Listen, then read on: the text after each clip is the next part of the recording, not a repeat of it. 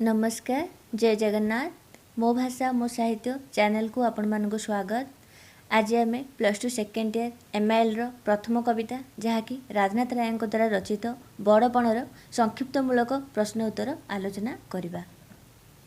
प्रथम आम देखा संक्षिप्त उत्तरमूलक प्रश्न। प्रश्नर मूल्य 1 नंबर। 4 गोटी संभाव्य उत्तर मध्य ठीक उत्तरटी बाछि लेख।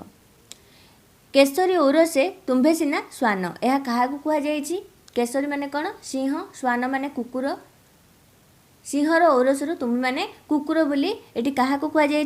दरबार जोग देथिबा राजा मानू, सामंत चंद्रशेखर को, इंग्रेज साहेब मानू, कवि राधानाथ को।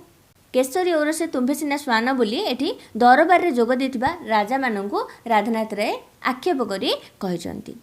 बनिशिखा परी ऊर्ध्वगामी किए थिले? बनिशिखा माने अग्नि बा निया। नियार शिक्षा, नियार धर्म कौन? से सर्वदा ऊर्ध्वगामी हेब, उपरक उपरक उठिब। तेणु बनिशिखा परी ऊर्ध्वगामी किए थिले बोली एठी कहुई?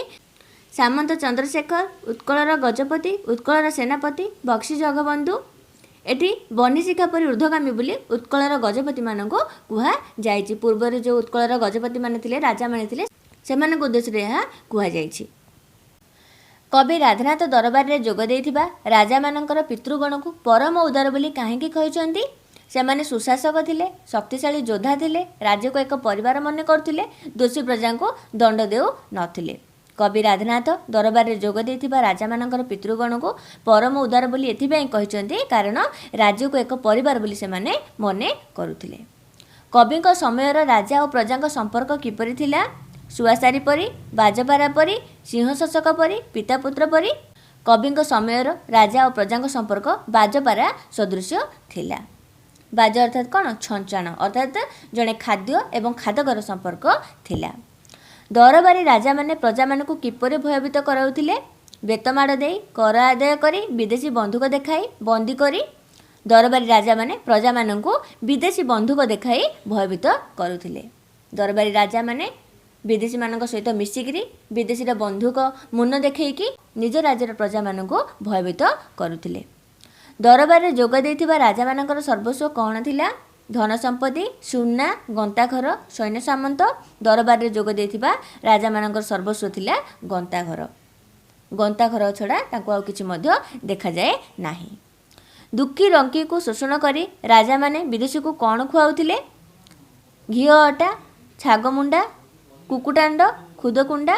दुखी रंकी को शोषण करी राजा माने विदेशी को कुकुटांड खुआउथिले, माने कुकुड़ा अंडा खुआउथिले। राजा माने किपरि निजर मालखाना पूर्ण करुथिले? प्रजा मानक धन अपहरण करी, जोरीमाना करी, ब्रिटिश सरकार ठारू करज आनी, भू संपत्ति बिक्री करी राजा माने जोरीमाना करी निजर मालखाना पूर्ण करुथिले।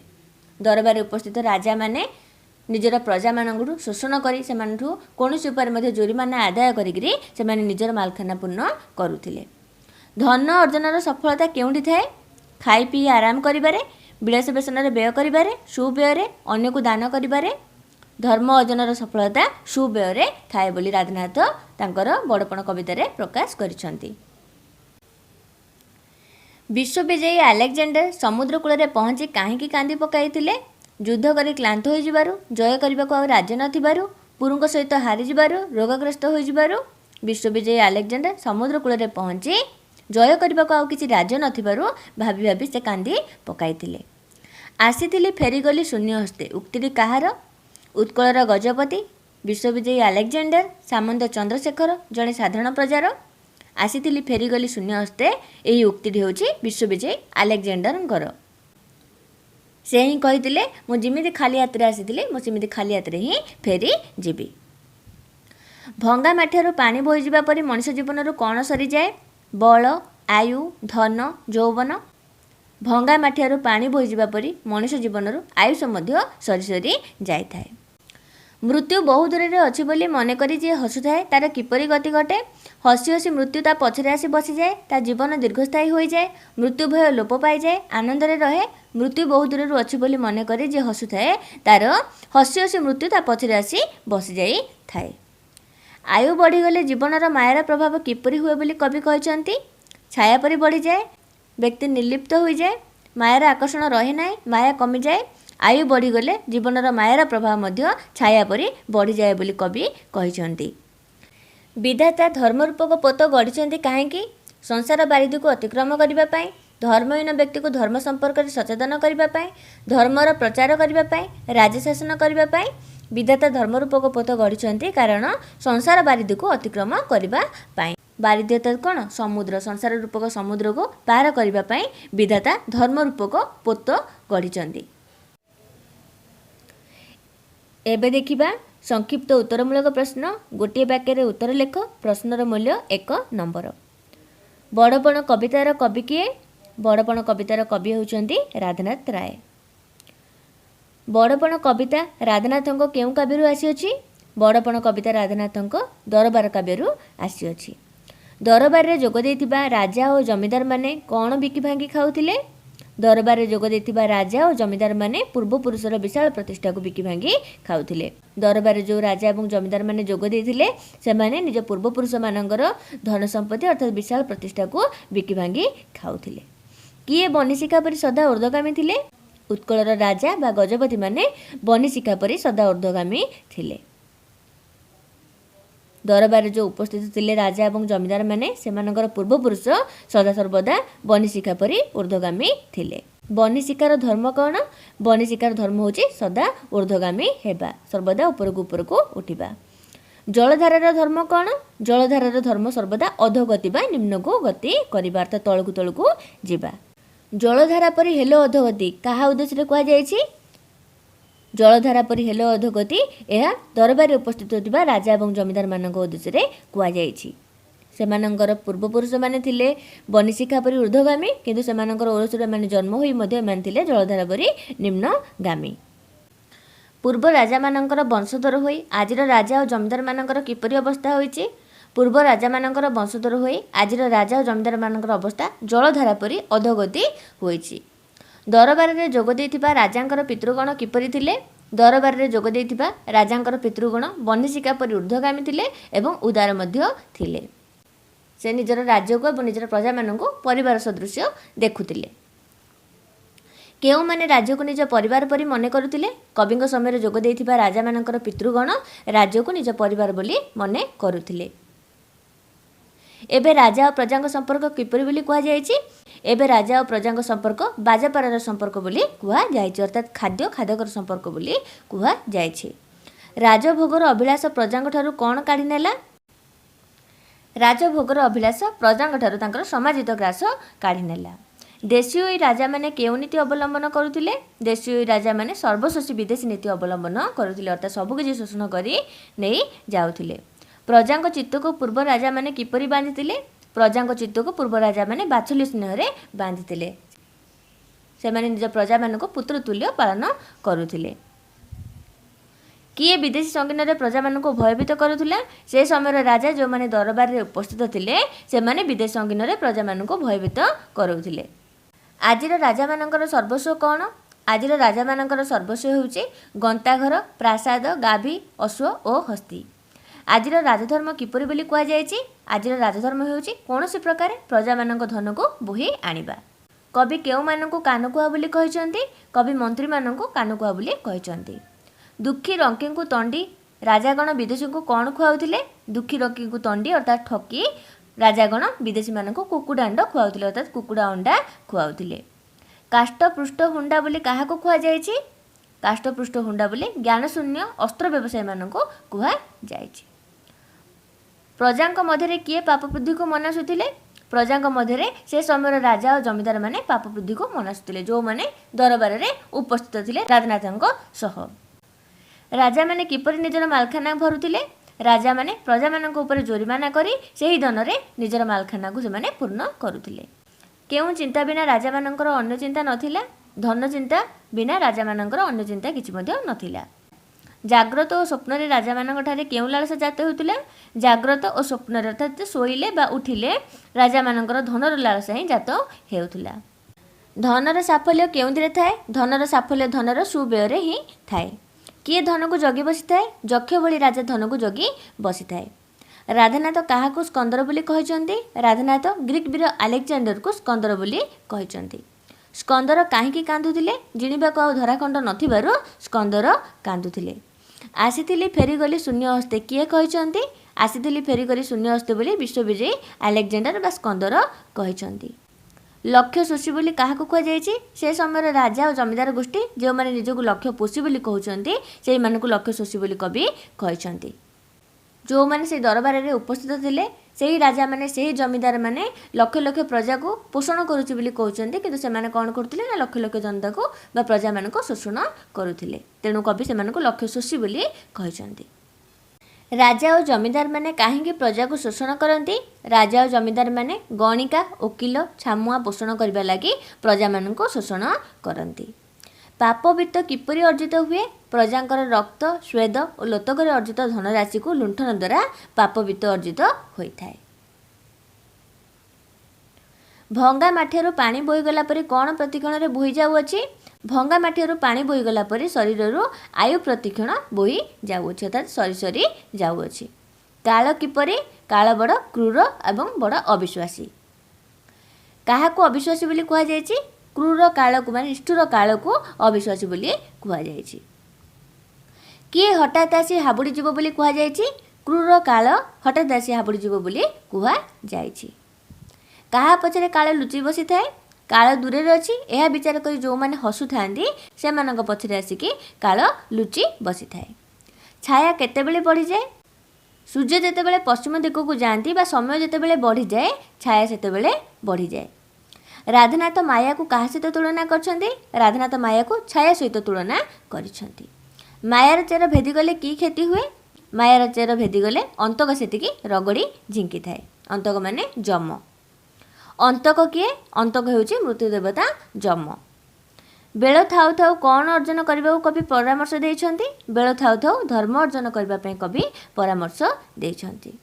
संसार रे जन्मफल कौन मिले संसार जन्मफल बड़पण मिले। बड़पण किपरि चिरस्थायी हुए बड़पण धर्मफल चिरस्थायी हुए। विधाता कि पोत गढ़ी विधाता धर्मर पोत गढ़ी संसार बारिदी को पार करने। भगवान कहीं धर्मर पोत गढ़ी भगवान संसार बारिदी को तरीवाई धर्मर पोत गढ़ी। संसार को कवि क्या सहित तुलना करछन्ती संसार को कवि बारिदी व समुद्र सहित तुलना करछन्ती। संसार रे महत्वपणिया कौन संसार रे महत्वपणिया होची धर्म। धर्म एका सीना महत्वपणिया आउ बाकी सब अढ़ई दिनिया कवि कहते गड़पण कविताटी रे। संसार सबु बड़पण को कवि कौन बोली कहते संसार सबु बड़पण को कवि अढ़ई दिनिया बोली कहते। खाली धर्म ही होची महत्वपणिया। दुई लोक साधनी बोली कवि क्या कहते धर्म रूपक बड़पण को कवि दुई लोक साधनी बोली कहते। दुई लोक साधनी माने स्वर्गीय आ मर्त्य दुई लोकर जे हित साधना करे। केउं बड़पण रे मति बळेबा को कवि परामर्श देइछन्ती जेउं बड़पण दुई लोकर हित साधना करे एवं जहाँ पाखु काल प्रवेश करि पारे नाही सेही बड़पण रे मन बळेबा पई कवि परामर्श देइछन्ती। केउंथिरे मन बाहुड़ी नेबा पई कवि राजा मानकु परामर्श देइछन्ती। मूल्यहीन बड़पण लालसारु मन बाहुड़ी नेबा पई कवि राजा मानकु परामर्श देइछन्ती। निजे उच्च होई कौन लाभ करने कवि राजा मान परामर्श देइछन्ती निजे उच्च होई उच्चतर गति अर्थात बड़पण लाभ करने कवि राजा मान परामर्श देइछन्ती। एबे देखिबा संक्षिप्त उत्तरमूलक प्रश्न। प्रश्नर मूल्य 2 नंबर 2 वाक्यर उत्तर लेख लेखा और लेखक सूचना पाई 1 नंबर और ठीक उत्तर पाई 1 नंबर रहिबो। मु आगरु कहिछि 2 मार्क बा 3 मार्क किछि प्रश्न आसिले सेठी हमर प्रथमे लेखा एवं लेखक सूचना देबा निहाती दरकार नहले हमर 1 मार्क कटि जिवो। तेबे आरंभ करिबा।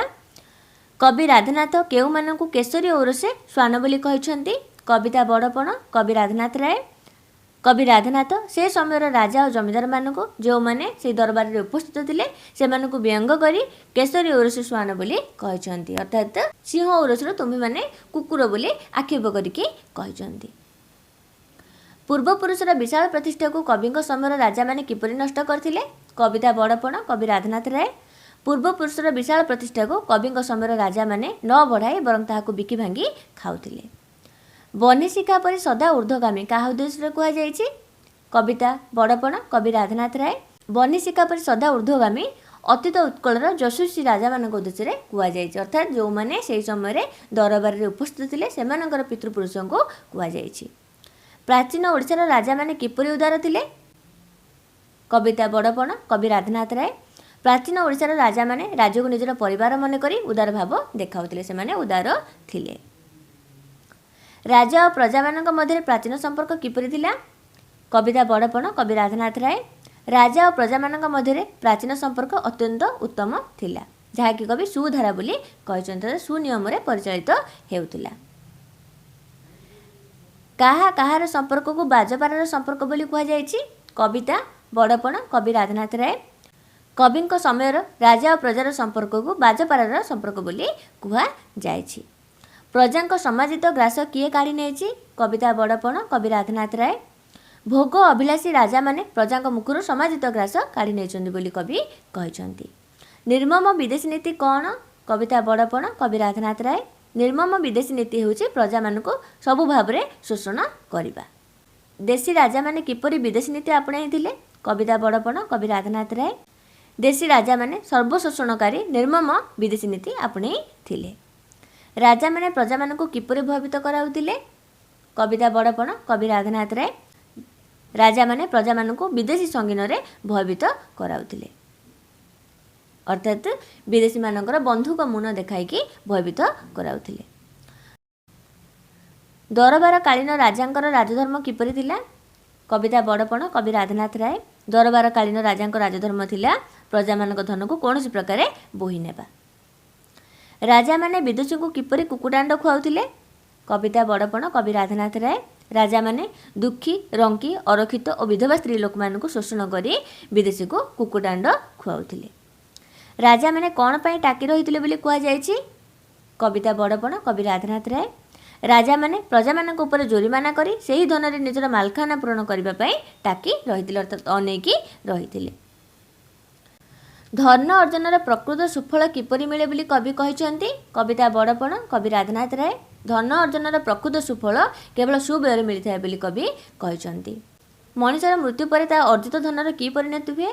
कविता बड़पण कवि राधानाथ राय। मनुष्यर मृत्यु पर ता अर्जित धन को से सांगरे नहीं करी जाए नाही, सबकिछि सेमिति पड़ी रहिताए। विश्वविजयी अलेक्जेंडर काहेकि अशुचित गंड करथिले? कविता बड़पण कवि राधानाथ राय। विश्वविजयी अलेक्जेंडर जय करने को कौन धराखंड नथिबारु से अशुचित गंड करथिले, अर्थात कांदी पकाइथिले। आसीथिली फेरीगली शून्य हस्ते किए केतेबेले कहिथिले? कविता बड़पण कवि राधानाथ राय। विश्वविजयी ग्रीक वीर अलेक्जेंडर एकथा मृत्यु पूर्व निजर सहचर मानक कहिथिले। तांको मृत्यु पर कोकेई शब नेला बेले दुई हस्त दुई पार्श्व को झुलाई रखिथिबाकू से कहिथिले, जेउथिरे जगतवासी जानिबे जे से जेमिति शून्य हस्ते आस्थिले सेमिति शून्य हस्ते फेरी गले। राजा माने प्रजाठारु शोषण करी आणुथिबा वित्त किपरि व्यय करुथिले? वित्त अर्थात धन। कविता बड़पण कवि राधानाथ राय। राजा माने प्रजा मानठारु शोषण करी आणुथिबा वित्त को गणिका वकील और छामुआ मानक पोषण रे व्यय करुथिले। कवि काहेकि काल को निष्ठुर अविश्वासी बोली कहिसंती? कविता बड़पण कवि राधानाथ राय। कवि काल को निष्ठुर और अविश्वासी बोली कहिसंती कारण जेकोनी समय काल आसी हाबुड़ी जाई पारे। माया बढ़िले कौन हुए? कविता बड़पण कवि राधानाथ राय। माया रूपक चेर जेते तलकू भेदिबो बा जेते शक्त हेबो, अर्थात आमे जेते पाप करिबा मृत्यु समय रे आमे सेतिकी कष्ट पाइबा। धर्मपद किए और काहेकि गढ़िछंती? धर्मपद को विधाता गढ़िछंती कौन पाई ना? संसार बारिधि को तरिबा पाई। संसार रूपक बारिधि अर्थात समुद्र को तरिबा पाई धर्म रूपक पद विधाता गढ़िछंती। प्रकृत बड़पण कौन? कविता बड़पण कवि राधानाथ राय। प्रकृत बड़पण हेउची जहाँकि काल कबलित करि पारे नाही, से हेउची दुई लोक साधनी, अर्थात दुई लोकर जे हित साधना करिथाय ताको ही प्रकृत बड़पण बोली कुआ जाई थाए। उच्च होई लोभ उच्चतर गति किए काहाकू कहिसंती? कविता बड़पण कवि राधानाथ राय। कवि से समय राजा मानक एकथा कहिसंती जो माने दरबार रे उपस्थित थिले, कारण राजा माने राजधर्म रे मन देई महत कार्य करी उच्चतर गति लाभ करंतु बोली कवि परामर्श देइछंती। एबे देखिबा संक्षिप्त उत्तरमूलक प्रश्न। निम्नलिखित प्रश्नर उत्तर 30 शब्द रे लेख। प्रश्नर मूल्य 3 नंबर। लेखा और लेखक पई 1 नंबर, उत्तर पई 2 नंबर रहिबो। लेखा और लेखकक सूचना निहाती दरकार। तेबे जिबा प्रश्न को। पूर्व पुरुषक प्रतिष्ठा विषय कवि की सूचना देइछंती? कविता बड़पण कवि राधानाथ राय। आयोजित दरबार को आसथिले से समय राजा और जमींदार माने, जो माने कि निज निजर बड़पणिया देखाई होइतिले, निज निज भितर गर्व अहंकार रे बुड़ी रहितिले। से बड़ी देखाई होतिबा राजा मानकु व्यंग करी कवि राधानाथ राय सेमानक पूर्व पुरुषंकर प्रतिष्ठा विषय रे सूचना देइछंती। ପୂର୍ବ ପୁରୁଷମାନଙ୍କୁ କବି କେଶରୀ ବା ସିଂହ ସହିତ ତୁଳନା କରି ସେମାନଙ୍କର ପୁତ୍ରମାନଙ୍କୁ ଶ୍ୱାନ ବା କୁକୁର ସହିତ ତୁଳନା କରିଛନ୍ତି ଏବଂ ସେମାନଙ୍କର ପ୍ରତିଷ୍ଠା ଏତେ ବିଶାଳ ଥିଲା ଯାହାକୁ ପରବର୍ତ୍ତୀ ଦାୟାଦମାନେ କେବଳ ବିକି ଭାଙ୍ଗି ହିଁ ଖାଉଥିଲେ। ଉତ୍କଳର ପୂର୍ବ ସମ୍ରାଟମାନଙ୍କର ପରିଚୟ କିପରି ଥିଲା? କବିତା ବଡ଼ପଣ କବି କବିବର ରାଧାନାଥ ରାୟ। ଉତ୍କଳର ପୂର୍ବ ସମ୍ରାଟମାନେ ସିଂହ ସଦୃଶ ପରାକ୍ରମୀ ଥିଲେ ଏବଂ ବିଶାଳ ସାମ୍ରାଜ୍ୟ ପ୍ରତିଷ୍ଠା କରିଥିଲେ।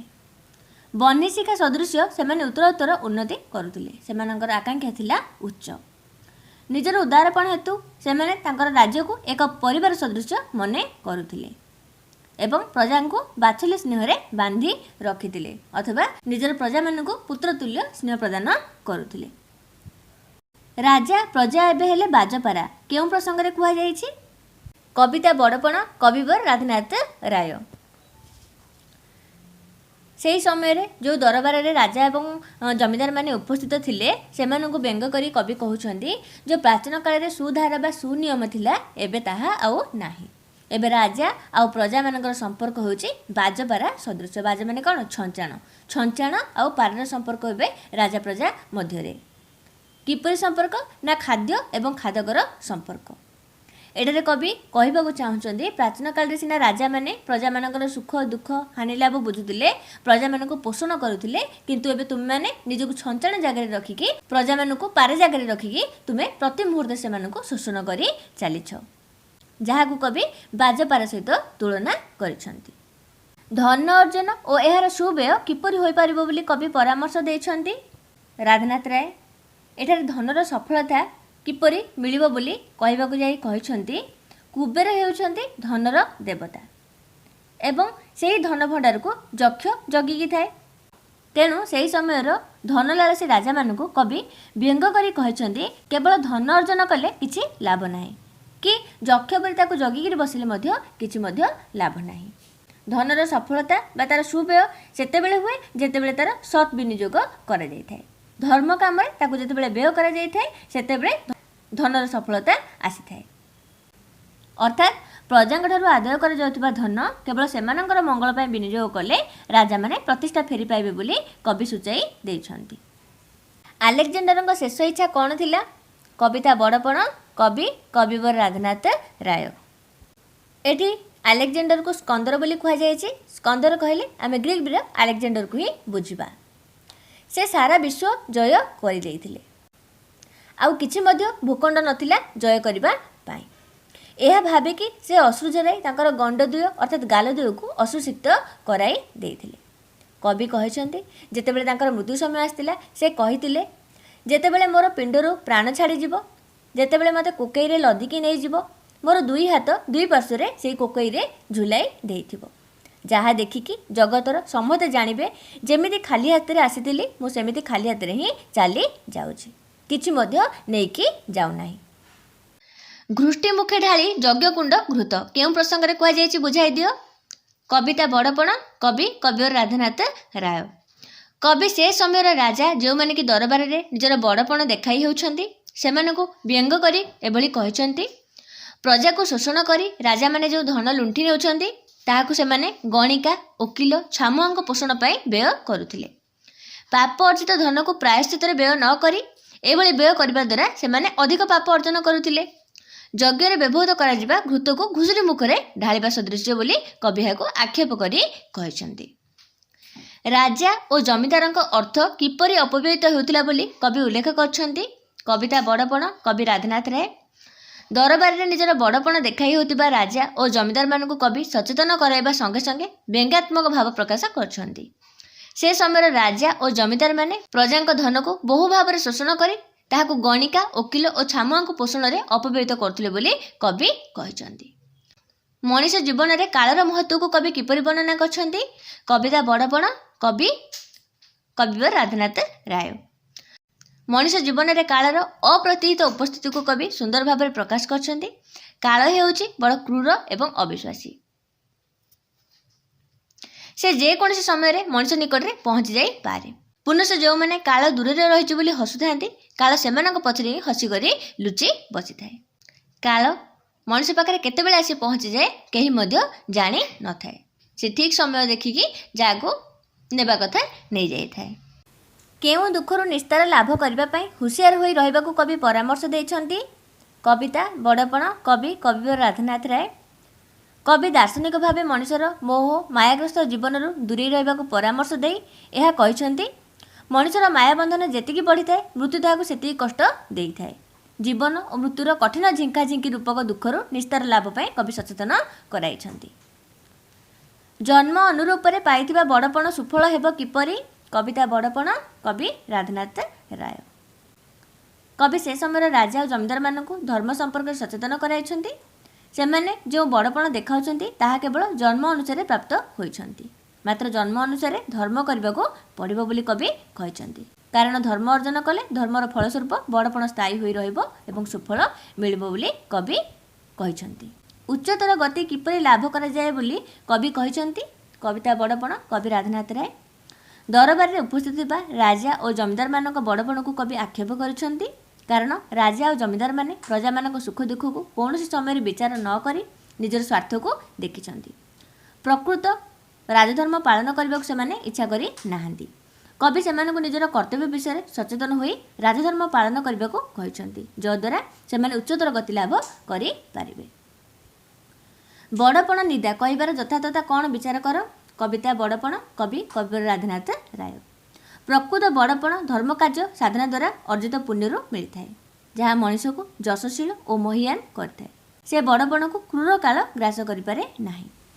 ପ୍ରକୃତ ବଡ଼ପଣ ତାକୁ ହିଁ କହିବା ଯିଏ ମରିଗଲା ପରେ ମଧ୍ୟ ତାର ବଡ଼ପଣର ସୌରଭରେ ଅର୍ଥାତ୍ ବାସ୍ନାରେ ଚତୁର୍ଦିଗ ମହକି ଯାଉଥିବ। ଅର୍ଥାତ୍ ସେ ମରିଗଲା ପରେ ମଧ୍ୟ ସମସ୍ତେ ତାକୁ ମନେ ପକାଉଥିବେ, ତାକୁ ପ୍ରଶଂସାରେ ପୋତି ଦେଉଥିବେ। ତାର ମହତ ପଣିଆ ପାଇଁ ସେ ମରି ମଧ୍ୟ ଅମର ହୋଇ ରହିଥିବ। ତାକୁ ହିଁ ଆମେ ପ୍ରକୃତ ବଡ଼ପଣ ବୋଲି କହିବା। ଯେଉଁ ବଡ଼ପଣ ଦୁଇ ଲୋକ ସାଧନୀ ଅର୍ଥାତ୍ ସ୍ୱର୍ଗ ଲୋକ ଆଉ ମର୍ତ୍ତ୍ୟ ଲୋକର ବା ଇହ ଲୋକ ବା ପରଲୋକର ହିତ ସାଧନା କରେ, ସେ ହିଁ ପ୍ରକୃତ ବଡ଼ପଣ। ଏତିକି ଥିଲା ଆମର ରାଧାନାଥ ରାୟଙ୍କ ଦ୍ୱାରା ଲିଖିତ କବିତା ବଡ଼ପଣର ସଂକ୍ଷିପ୍ତ ଉତ୍ତରମୂଳକ ପ୍ରଶ୍ନୋତ୍ତର ଆଲୋଚନା। ପରବର୍ତ୍ତୀ ଆଲୋଚନାରେ ଆମେ ତପସୁନ୍ଦର ପତ୍ରର ପ୍ରଶ୍ନୋତ୍ତର ଆଲୋଚନା କରିନେବା। ରହୁଛି, ଧନ୍ୟବାଦ।